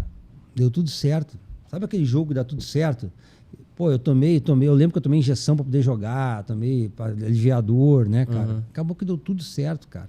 Só que depois, mais para frente, eu comecei a sentir. Aí eu comecei a sentir complicado. Como é que foi marcar esses craques do Vasco na final? Assim, tinha alguma forma de você desestabilizar os caras mentalmente? Ou era mais na parte física ali de... Não. Nunca fui um cara polêmico assim, sabe? Mas era interessante. Tem algumas manhas de marcação que você tem que... Eu sempre falo isso também, né, onde eu vou. O marcador já leva uma certa vantagem, na minha opinião, porque armar é muito mais difícil que você marcar. Marcar qualquer um marca. Você aprende a marcar. Agora... Fazer a jogada, né? Criar, driblar. É um dom, você aprimora, mas é um dom que você tem e tal. Então, quando vinha um atacante em velocidade, eu sempre dava o lado para a bola, eu sempre induzia o atacante tipo o lado que eu quero. Se eu quero que ele vá para lá, eu já dava o lado, já chegava mais para cá, para 90% vai para lá, a não ser um Messi, um Cristiano Ronaldo, um Neymar, né? Mas então tu já sabe que ele vai dar o tapa para lá. Às vezes uma simples ameaça, cara. O cara tá vindo com a bola, tu dá aquela ameaçada, o cara já tem que pensar numa fração de segundo para se livrar da bola, para dar um toque. Então toda ação gera uma reação. Uma simples ameaça, cara, tu já desestabiliza o cara. Tinha algum atacante ou meio-campista assim que tu já tinha a manha de marcar e pô, esse cara que hoje tá comigo. Não vou dizer manha, cara, mas tinha uns que você já conhecia, né, cara? Uma vez até o Edmundo deu uma entrevista, né? Ele falou que não gostava quando eu marcava ele. E eu também dei entrevista que eu não gostava de jogar contra ele, porque marcar ele era ruim, né, cara? O pessoal sempre me fala, pô, qual era o jogador que você mais tinha dificuldade de marcar? Eu nunca gostei de marcar o jogador que tinha velocidade e habilidade junto, cara. Porque tu nunca sabe o que o cara vai fazer. Quando o cara é só habilidoso, tipo um Alex, tipo um Djalminha, não é que seja mais fácil, é difícil. Mas o cara, tu já sabe que o cara não tem aquela explosão de velocidade, sabe? Então você cerca, não deixa virar, tenta antecipar. Quando o cara é velocidade, tipo o Sávio, tipo o Edmundo, é mais difícil, cara. É que se ele botar na frente... Tem arrancada e tem o drible, né? E tem habilidade junto. Tem força, né? Então, mais... Eu vi um vídeo teu, acho que... Não sei se foi que você desarmou o Pantera e deu caneta no Edmundo, ou desarmou o Edmundo não foi no Edmundo. Eu achei que fosse, mas não foi, cara. Foi na hora ali que eu vou vindo um jogador, acabei... Mas ali acabou acontecendo, porque eu estava no meio pressionado no canto, assim. Mas eu gostava muito de... Eu acabei de falar isso pro Vegeta nos bastidores, cara. O volante, naquela época, o futebol mudou muito, né? O volante era mais marcador. Porque os meios, os atacantes não marcavam, cara. Então, o volante tinha que fazer a proteção da zaga e a cobertura dos laterais. E todo treinador falava, não sai, fica. Porque ninguém marcava, cara. Do meio para frente, ninguém marcava. Então, hoje em dia, não, cara. Hoje em dia, todo mundo marca. Hoje em dia, que eu digo, é de 10, 15 anos para cá. Quem não marcar, tá fora. Isso facilitou muito para os volantes, que o volante pode sair, ele pode roubar uma bola, ele pode sair, pode se projetar, pode ajudar. É diferente. É muito mais dinâmico, fisicamente falando também. Tem que se projetar dentro da área. É muito difícil ter um cara hoje voltado só pra marcação. Não, naquela época tinha muitos. A maioria. Um cara que é referência, pelo menos já foi, né? Nas últimas Copas, principalmente nas de 18, 22 ali. Kanté, absurdamente marcador. É um cara que chega no ataque, é um cara que tá em todos os lugares do campo. Sim. É muito diferente, né? Sim, Hoje em dia tu tem alguns jogadores ainda com essa... Tipo, João Gomes, acho que também é um cara marcador que tem uma qualidade, mas ele não vai tanto. Que nem o Arão ia, por exemplo. O Arão era um jogador que ia, cara. Vira e mexe, ele fazia um golzinho lá e tal. Mas tu tem que ter muito gás para fazer isso, cara. Porque, muito vigor, cara. Porque provavelmente uma hora que tu vá, duas, tu vai dar brecha lá atrás, vai acabar tomando gol. Se os caras forem rápidos. Contra-ataque, tu perde uma bola, né? Tu falou da parte da injeção que tu tomou, tu falou de todo esse período de 9 meses. Aí eu lembrei de uma resenha do Runco. O Dr. Runco teve aqui, ele falou de uma injeção que eu fiquei tentando lembrar o nome aqui. Eu acho que é o Voltaren. Que uma vez ele botou Voltaren na bunda do Romário pra ele jogar contra o Campo Grande. Ele teve 3 gols lá que não conseguia falar, que não conseguia andar direito. Eu queria a resenha sobre isso. Era muito comum essas injeções, ainda em relação ao desgaste ao máximo do atleta nesse período. Cara, eu vou te falar que uma das coisas que eu não gostava na época, que era muito de praxe, era o treino full time, que eles falavam. Eu treinava de manhã e à tarde. Integral. Cara, isso aí arrebentava. Porque o jogador machucava no jogo, não era por causa do jogo em si, era por causa da semana que foi cheia, cara. quando tinha uma brechinha de manhã e de tarde, cara, que o treinador queria mostrar para a imprensa, e o treinador carioca tinha cisma, nego cismar, dizer que não gostava de trabalhar, o jogador carioca, então tinha que botar treino de manhã à tarde. Isso aí arrebentava, cara, a articulação. Todo mundo naquela época tinha joelho, tornozelo, isso prejudicava. Aí chegava na hora do jogo, tinha que tomar injeção, cara, para poder jogar, porque estava cheio de dor, né? A minha pubalgia foi, eu tenho certeza, foi em cima de excesso de treinamento, cara. Tive 3 vezes a pubalgia, uma no Vasco, uma no Palmeiras e outra no Internacional. Caramba. Quando eu saí do Flamengo, fui pro Inter. E aí e vai minando, né, cara?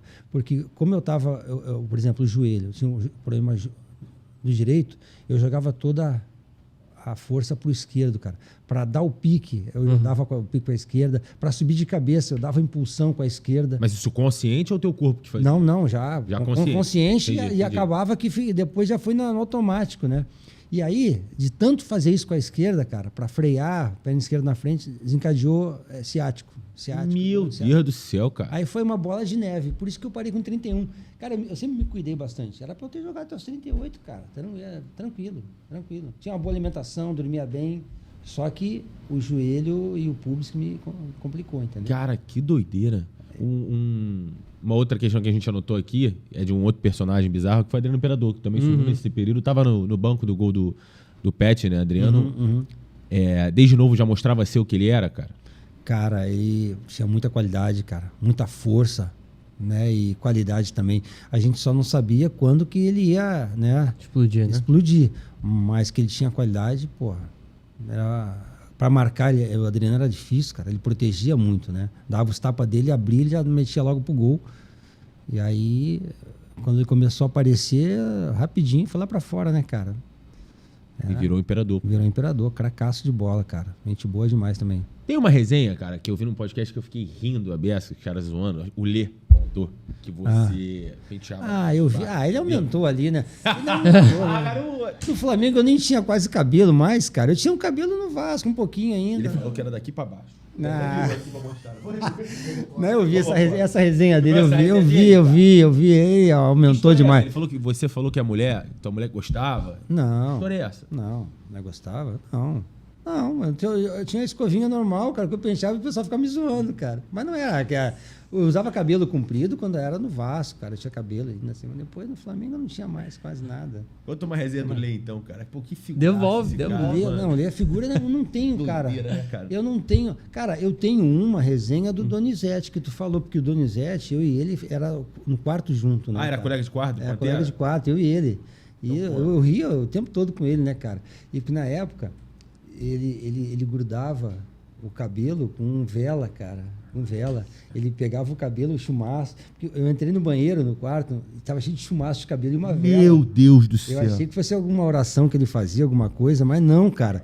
Ele botava o chumaço na vela, derretia e ele grudava. Cara, isso não doía não, mano? Não sei, ele veio com esse negócio lá do México, ele e o Gonçalves. Você vê que ele e o Gonçalves o cabelo parecido, lembra? Na época, o cabelão dele. Que isso? E eu, Doni, que isso, cara? Ele falou, esse é meu cabelo e tal. E ele jogava, caía. Ele ia lá e botava. Era muito engraçado o Donizete, cara. Mas do Lê, cara, eu não tenho, assim, nenhuma resenha. Do Lê, assim, não tenho. Pantera Donizete colava o cabelo com vela. De vela. Eu vi também falando da mãe de Santo, o pai de Santo. Alguém que fez ele jogar a final contra o Santos. Tá, cara. Ele foi é maneiro. Eu usava um sebo de carneiro, cara, que um pai de santo me deu. Eu falei, mal não vai fazer, eu vou usar. Porque, eu passava o sebo de carneiro no joelho, né? E o Donizete chegou na final, cara, com uma fisgada na coxa. Falou isso. E quem tem uma fisgada na coxa pra jogar atrás é difícil, cara. E ele é o cara da arrancada. Justamente na fisgada na coxa. Ele jogou totalmente sacrifício, cara. Totalmente sacrifício. Eu falei, Doni, eu tenho um sebo de carneiro que eu passo no meu joelho, cara. E, Léo, passa aí. Aí ele deitou na cama, eu peguei, passei abafei ali. Cara, se deu certo, não sei, ele jogou, né? Ele jogou, mas, cara, é muito difícil. Ele só jogou porque ele era muito forte. Porque não tem como tu jogar, todo mundo sabe disso, com a coxa, com a fisgada atrás. Com a fisgada na frente, dá pra jogar. Eu já joguei, mas atrás é muito difícil. E ele deve ter jogado cheio de analgésico, com certeza, né, cara? Cara, ser parceiro de quarto do Donizete, Tu deve ter as maiores histórias do mundo com esse cara. Esse cara é um lunático, pô. Esse cara Não, mas era... no sentido bom da coisa. Lunático no sentido bom. Sim. Da resenha, né? Da Não, resenha, a história tá. que eu tinha com ele era essa, cara. O Donizete sempre foi um cara muito gente boa, mas assim, a gente não saía junto fora dali, né? A gente ficava mais dentro do quarto e Concentrado. e do campo mesmo, né? Entendi. Mas até hoje a gente joga junto aí, umas peladas de vez em quando de Master aí, a gente se encontra, cara. O Donizete é muita resenha. E aí ele fica fazendo o quê? Imita direitinho. Esse aqui imita Não, direitinho. no jogo agora ele vai querer fazer isso também. Ele faz um gol, ele já sai. Mas só que ele também é cansado, a gente saca nele. Pô, essa pantera tá cansada, já, tá velha. Ele fica bravo. Vamos pra parte que eu mais gosto do podcast? Fala aí. Uma das que eu mais gosto. São as brincadeiras. A gente tem algumas brincadeiras, Leandro, que fazem parte de um longo período aqui do Basquete de sucesso. A primeira é a seleção que você jogou junto. Tá. Vamos montar uma seleção Vamos. de todos os jogadores que você já atua. Tá, vamos Do lá, goleiro. ver se eu lembro. E você tem que estar, tá? Eu tenho que estar? É contigo, é. Tem que jogar Tá, junto. vamos lá. Tem, eu acho que Júlio César. Tem o Carlos Germano também, que eu gosto muito, mas eu acho que o Júlio César cai bem no gol. Vou botar aqui, Júlio César. Cafu, no Palmeiras. Juan, Flamengo. E Ricardo Rocha. E Atirson, lateral. Tem que estar também. Aí eu posso botar eu, então? Você. Pet, pode botar o Pet também, que, pô, cara, a fase que ele jogou no Flamengo comigo. Com ciúme aqui do lado. Ah? Nada não. Vai.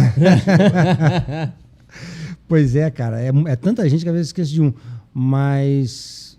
Aliás, só fazendo uma observação, cara, muita gente fala, né? Compara o Pet com a Arrascaeta, né, cara? Eu acho que são épocas diferentes, né? E assim, se o Pet estivesse jogando o que jogava na época, com investimento no que tem hoje, no time de hoje, cara. O Pet é Nossa, sacanagem. eu adorei essa comparação. Jogava muito, cara, jogava muito. É porque é difícil comparar os investimentos. O investimento do Flamengo na época era, sei lá, 5 milhões. Hoje em dia, 300. Então é difícil fazer essa comparação, mas eu sou fã da Arrascaeta pra caramba, mas se o Pet jogasse hoje ali, botasse aquele Pet lá hoje, esquece, velho. Pet É porque tem o inverso também, né? O Arrascaeta naquele período seria o que o Pet foi? Também. Tem isso? Também, tem isso. Não só o Pet atual. Cara, é difícil, cara, é difícil. São outras épocas totalmente diferentes. Como é que eu vou comparar? O ano passado, cara, o Botafogo foi campeão. A imprensa começou a me ligar, querendo comparar 95? cada posição com 95. E eu falei justamente isso, cara. Eu falei, cara, como é que tu vai querer comparar eu como volante, o volante de agora, eu, 3 salários atrasados, treinando em Carlos Martins atrás do gol, sem estrutura nenhuma, nem musculação tinha, 3 coisas de musculação pra gente fazer, e com os caras de hoje em dia, cara. Não tem como, velho. Não tem como. Aí o cara, não, tá, por esse lado, tudo bem, tem razão e tal. Então, por isso que não dá pra comparar. Agora, se tu compara da mesma época, por exemplo, o Flamengo de 2019 com o Flamengo de 2024, 2025, você pode comparar, pô. Agora. A estrutura parecida, né? Agora, essas comparações que são feitas de muito tempo atrás, é difícil, cara. Difícil. Você tem que comparar em situações iguais. Aí sim. Situações iguais. Eu não posso comparar tu no teu podcast, que tu tá fazendo um bom podcast, com um cara, um jornalista da Rede Globo que tá lá Pedro já... Bial. Porra, cara. Cheio de oportunidade. Não digo nem o Pedro Bial, mas um cara que tá lá já numa uma outra estrutura, uma outra coisa, né, diferente. É difícil, cara. Sim. Mas continuando aí, tá? Pet. Poxa, cara, deixa eu ver. Tá, tem muita gente, cara. Do meio pra frente ali tem muita gente que eu joguei. Botar o Djalminha. Meio campo habilidoso. Na frente, vou botar Edmundo, Romário e Bebeto. Acho que tá bom, né? Dá pra fazer uns gols aí. Pô, tá doido. A gente sempre acaba esquecendo, não, deixando alguém de fora, mas, cara, tem um monte de gente podia entrar aí. Zagallo, com certeza. Queria não emendar nessa daqui. Queria emendar no... Eu não sei onde tá. Aqui. Eu queria emendar no Bash Bash. A gente tem uma brincadeira, Leandro, que você pode deixar só nele também, tá, jogador? Qual foi a melhor torcida que você teve a favor de você? A favor? A favor. A torcida que apoiava mais, a torcida Pô, que mais cara, vibrava. Cara, eu vou te falar que todos os times que eu joguei, assim, de Vasco, Botafogo e Flamengo, a torcida me adorava, cara. Mais até do que eu merecia. Porque às vezes perdia, os caras gritavam meu nome, cara. Te juro por Deus. Isso, Era muita raça também, era muita entrega. Né? Então, é o que eu falo, cara. Eu nunca fui nenhum tipo de craque, mas eu sempre me doei pro clube. Sempre cresci o máximo profissional possível. E quando você tá comprometido, a torcida vê, cara. A torcida vê. Você jogar bem ou jogar mal, faz parte. Eu cansei de jogar mal. Fiz outros jogos bons. Mas sempre estive comprometido. E a torcida vê isso. Quando você está comprometido, não é você ter raça. A raça o Bangu tem, o América tem, o Grêmio tem, o Corinthians tem. É você estar comprometido, é você se alimentar bem, é você dormir cedo, você abdicar de muita coisa em prol do seu rendimento. Treinar. Então, cara, a torcida sabe disso. E no Vasco, para eu chegar à seleção brasileira, a torcida, cara, foi fantástica comigo. Me apoiou muito. A torcida do Botafogo me acolheu muito, porque você sair de um rival, cara, e para ir para outro rival, eu não sabia como ia ser recebido lá, cara, sabe? E a torcida, me acolheu bem, deu tudo certo, os caras me idolatravam, cara, assim, sabe? Não só eu, mas todos os jogadores que... Tanto é, tem até uma história curiosa, cara, que a torcida do Vasco, como gostava de mim, eu fui pro Botafogo, e a torcida do Botafogo começou a gostar de mim pelo brasileiro, eu voltei ao Vasco. Então, no primeiro Botafogo e Vasco que teve, em 96, no estadual, as torcidas tinham como praxe gritar o nome de cada jogador. Aí a torcida do Vasco começou a gritar Carlos Germana, Pimentel, tal. Quando chegou em mim, a torcida do Botafogo começou a gritar no Maracanã o meu nome também. Que maneiro. Pô, na época eu fiquei arrepiado, eu ia para uma torcida, ia para outra, foi muito bacana esse reconhecimento, sabe? Então eu tenho que ter esse reconhecimento com a torcida que eles tiveram comigo, do Vasco, do Botafogo, e depois no Flamengo, cara, pô, fantástico também, cara. Pô, a torcida do Flamengo quando apoia, porque quando tá contra é complicado. Então, tem isso também. Quando tá contra é complicado. Teve uma época lá, cara, que a gente tava na mesma situação no Botafogo, 3 meses lá atrasado, o time deu uma fasezinha ruim, a torcida invadiu a Gávea com morteiro, não sei se vocês lembram dessa invadiu a Gávea com morteiro, a gente teve que correr para dentro do vestiário. Meu Deus. Foi complicado. Mas a torcida do Flamengo, cara, pô, quando quer... Quando eu ia jogar contra o Flamengo, eu chegava no Maracanã, via a torcida do Flamengo chegando, já falava, dava um frio na barriga, caraca, os caras... E depois, quando eu joguei a favor do Flamengo, que eu via a mesma torcida chegando, pô, era fantástico, cara. Porque a outra pergunta que eu ia fazer era essa, qual era a pior no sentido de mais chata em relação ao rival? Jogar contra, né? Quando você enfrentava, qual era que mais dava esse frio na barriga? Do rival? Do rival. Não, então... Ia pro estádio e olhava assim... Era. Porque, assim, quando você tá no vestiário, cara, você tá escutando a torcida lá fora. Tá escutando. Né? E aí, a pior coisa para um jogador é ele sair do túnel e ver o estádio vazio. Então, a gente gostava muito quando o estádio estava cheio, mesmo que a torcida fosse contra, mas pelo menos tá muita gente vendo, né? Mas a torcida do Flamengo, quando era contra, era complicado, cara. E, graças a Deus, eu tive jogar a favor. A oportunidade de jogar a favor também, né? Melhor atacante que você serviu ali? Atacante, cara, eu acho que foi o Romário, cara. Que eu cheguei a jogar com o Ronaldo, mas foi na seleção, não joguei com ele em clube, entendeu? Porque pra mim o Ronaldo é top. Top 1? Top 1. Top 1. Ele mexe, cara. Na minha opinião, sim. Na minha opinião, sim. Mas, assim, eu não cheguei a jogar com o Ronaldo em clube, então eu vou dizer que é o Romário, porque o Romário também foi um outro cracaço, né, cara? Que eu joguei. Pouca gente boa, hein? Qual é a pergunta do Vegeta? Eu esqueci, tinha anotado em algum lugar. Então, o Vegeta trouxe uma pergunta Nesse bem legal pra bate-bate gente aqui, que é qual é a sua melhor dupla de volante? Se você considera o Luizinho, o Jamir ou o Rocha.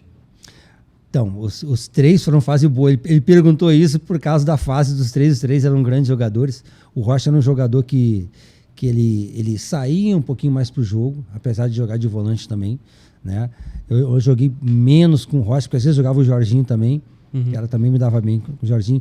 E entre o Jamir e o Luizinho, eu acabei jogando mais com o Luizinho. O Jamir foi só na época do Botafogo, cara, que a gente teve um entrosamento fantástico também. Mas com o Luizinho, eu acho que foi melhor, porque foi mais tempo e a gente já se conhecia, entendeu? Acabou que... Então, Funcionou melhor. Se fosse mexer nesse time que você montou, pra botar um segundo volante, alguém pra fazer dupla contigo... se tivesse que botar um segundo volante, botaria o Luizinho. Luizinho, legal. Aí tu bota a pet de Jalminha e o ataque com É. todo mundo. Eles O Mari resolvem. Bebeto Não, pode resolver. botar pra frente. Só claro. você marca e eles fazem gol. Deixa ali eu pra trás, tudo marcando. Fica deixa tomando um os caras lá. cafezinho ali. Pô, com um time desse aí, cara, pô, não precisa nem marcar. Pô. Ou era o mais difícil que você marcou? Você comentou Edmundo? Comentou Edmundo, Sávio, esses caras assim, né? Mais velocidade de habilidade. E o melhor treinador, Zagallo? Zagallo. Melhor estádio que você já jogou na sua vida? Cara, eu joguei grandes estádios, né, cara? Mas assim, eu acho que não tem jeito, cara. O Maracanã, pra mim, sempre foi muito bom, cara. Assim, o ambiente do Maracanã, o prazer que dá de jogar no Maracanã, porque naquela época, cara, porra, eu tive a oportunidade de jogar para 100 mil, né, no Maracanã. Porra, depois foram diminuindo, mas teve o pessoal antes de mim jogar para 100 e varada, né, cara? Então, mas eu não cheguei a jogar para 100 e tanto não, mas 100 mil eu já peguei. Então, assim, era muito bom jogar no Maracanã, cara. Muito bom. Cara, imagina 100 mil pessoas dentro de um estádio te vendo. Estádio pulsando, né? Isso é uma loucura. A nossa brincadeira agora é Basti Finis. Leandro, quer puxar essa, jogador? Posso. Leandro, um sentimento de alegria. Como é que é? Como é que é? Vou explicar. É verdade, Basti perdão. Finis é um momento de alguma coisa na sua Isso. vida. Aí você lembra de um momento específico da tua carreira, e aí quando eles perguntam, momento de alegria, momento de Exato. sentimento de alguma coisa, você traz esse momento pra gente. Pode ser? Tá. Repete aí pra mim. Então, por favor, um momento de alegria. Os títulos que eu tive. Tem algum especial que você... O Brasileiro e a Mercosul. Um momento de tristeza. Foi quando eu tive a minha operação no joelho que eu vi que eu tive que parar aos 31 anos por causa disso, né? Encerrar minha carreira precocemente. Isso foi no Inter, né? Isso foi no Inter, mas no Flamengo eu já sabia que eu ia ter que parar em breve. Eu só não sabia quando. Aí eu fui pro Inter já... Na verdade, depois do Inter, eu ainda tive no Al-Hilal, cara. Fiquei um pouquinho no Al-Hilal lá, mas o joelho também estava incomodando e eu acabei voltando. Aí encerrei. Marília e aí encerrou. E isso. Marília também. Mas olha só, em 2002, eu tinha encerrado oficialmente a minha carreira. Tanto é que em 2003 eu não trabalho mais. Em 2004, o presidente do Marília, não, vem pra cá, tu tá novo ainda. Eu falei, presidente, eu já parei, não joguei mais em 2003. Não, vem pra cá. Eu fui pra lá, acabei jogando, fiz até um gol e quebrei a costela e acabei que eu não joguei. Eu falei, presidente, tá vendo, não dá pra jogar. Aí acabei machucando de novo, aí eu parei. Mas eu parei, já tinha parado, na verdade, em 2002, entendeu? Pô, mas antes, só pra continuar, você chegou a jogar um Grenal nesse período? Pô, eu acho que eu não cheguei a jogar Grenal, cara. Eu acho que eu não cheguei a jogar Grenal, não lembro. Eu sou meio ruim de memória, cara, pra te falar a verdade. Não, é porque é um dos maiores clássicos. Assim. Acho que se você tivesse jogado, tu lembraria. Com certeza, né? Porque, cara, lá, quem não é Grêmio é Inter, né? Então, ou é verde, ou é vermelho ou é azul. Não, eu lembro que quando eu tava lá no Inter, jogador do Inter não podia ter carro azul e jogador do Grêmio não podia ter carro vermelho. Era meio complicado, assim. Eu ouvi histórias que o único que entrou de carro vermelho em Porto Alegre foi Renato Gaúcho. Mas teve problema. Teve problema com a torcida. Mas hoje em dia tem estátua lá, né? Hoje em dia acho que já mudou isso. Acho que não precisa. Ele compensou depois. Compensou depois com a Libertadores, vai. Um momento de arrependimento. Arrependimento? Talvez ter saído do Palmeiras no momento que estava recebendo em dia. Entendi. Um momento de saudade. Isso tudo é relacionado a futebol, né? Isso. Saudade Cara... saudade, eu acho que tem tanta situação de saudade aí, cara, mas eu vou dizer que é de viajar e concentrar. Coisa que hoje em dia eles não gostam, mas que depois que você para, você sente saudade de viajar e de concentrar, sabe? Às vezes bate uma nostalgia, você, pô, cara, viajei tanto, concentrei tanto. Eu acho que isso me faz falta. É porque, pô, tá ali com os jogadores, né? Ver a galera. Ver a galera, Bom, um momento de injustiça. Injustiça, cara. Caraca. Eu não tô lembrado agora, cara, de nenhuma injustiça. Todos os salários assim. atrasados. A gente pode considerar isso talvez uma injustiça? Oxe, claro. Você então tá trabalhando, você tá chegando, tá treinando, tá jogando e o cara tá atrasando teu salário. Pode ser, cara. Pode ser, talvez, né, o momento mais difícil no Fluminense, uns 6 meses, acho que talvez tenha sido uma injustiça. E um momento de realização ou conquista na sua carreira? Cara, eu acho que os títulos assim que eu conquistei, todo título que você conquista, é uma realização para o jogador, né? É sinal que seu trabalho acabou dando certo. Não quando você perca, dá errado, mas é que você aprende muita coisa. Mas quando você ganha, você vê que você tem um trabalho realizado, né, cara? Foi uma realização os títulos. A gente encerrou aqui o Baixo Feelings, mas uma dúvida que me veio aqui. Dos times que você jogou, assim, das conquistas, qual que você acha que foi o melhor time que você conviveu e viveu dentro de campo? Assim? Cara, eu acho que foi o time de... Teve duas situações, cara. 92 foi muito bom, que eu acabei falando com vocês ali no início. O Botafogo foi muito bom, mas eu acho que 2001, cara, com o Flamengo, que já tinha Gamarra e Juan, Júlio César no gol. A gente tinha lá na frente o Edilson, né? Tinha o Pet, tinha Reinaldo. O time era muito bom também, cara. 2001. Era até uma dúvida minha, porque assim, esse time tricampeão, né? Dos 3 campeonatos, eu sempre queria saber assim, pro jogador qual que era o time que... Tudo bem que tenha toda a mística do tri, né? Com gol da falta e tudo mais.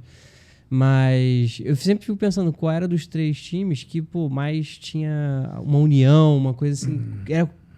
O coletivo, O coletivo era completo, sabe? Então, quando você... Cara, isso não é demagogia. Quando você tem... Quando você é campeão, você tem que estar com o time unido, cara. Você tem que estar com o time... Quando tá as coisas erradas, não acontece, cara. Dá alguma treta no meio do caminho que não dá certo. Você tem que estar com o time unido, tem que estar com... Então, 2001 estava unido, 95 no Botafogo estava unido, no Vasco a gente tinha um time muito unido. Quando não tá, cara... Agora, se você me perguntar, em 2000, por exemplo, 2000 a gente tinha Alex no elenco, tinha Denilson no elenco, já tinha Edilson, já tinha Pet, olha o nível do time. Só que não vingou, cara. Não vingou. Não posso dizer que esse foi o melhor time. Individualmente talvez tenha sido, mas coletivamente não foi. Era só craque, né? Eu sempre ouvi isso, que independente do time ou da qualidade, se as coisas não tiverem... Esse ataque dos sonhos do Flamengo que tu citou em 95, com Edmundo, Sávio e Romário, porra, quase caiu pra Série B, cara. Eu tempo que eu tava no Botafogo, a gente ganhou de 3-1, era pra ter ganho de 5, cara. Que isso? É, cara, a gente perdeu o gol demais e o time era bom, o ataque fantástico do Flamengo, né? Mas só que também não deu certo. Tem hora que não engrena, né, cara? Por isso que futebol não é só botar grana e esperar as coisas acontecer, né? Naquela época mais ainda. Mais ainda. Até que não, mas naquela época mais ainda. Legal. Leandro, brigadão, cara. Valeu. Que participação. Leandro, obrigado, hein? Boa, Obrigado aí, cara. Resenha maravilhosa. Tamo junto e Tamo junto. até uma próxima vez aí. Não, vamos chamar essa rapaziada toda. La Torre, mais um. Mais um. Curtiu? Muita história pra contar. Espero que todo mundo tenha gostado, galera. Ó, beijo, até a próxima. Beijo, Bruninho.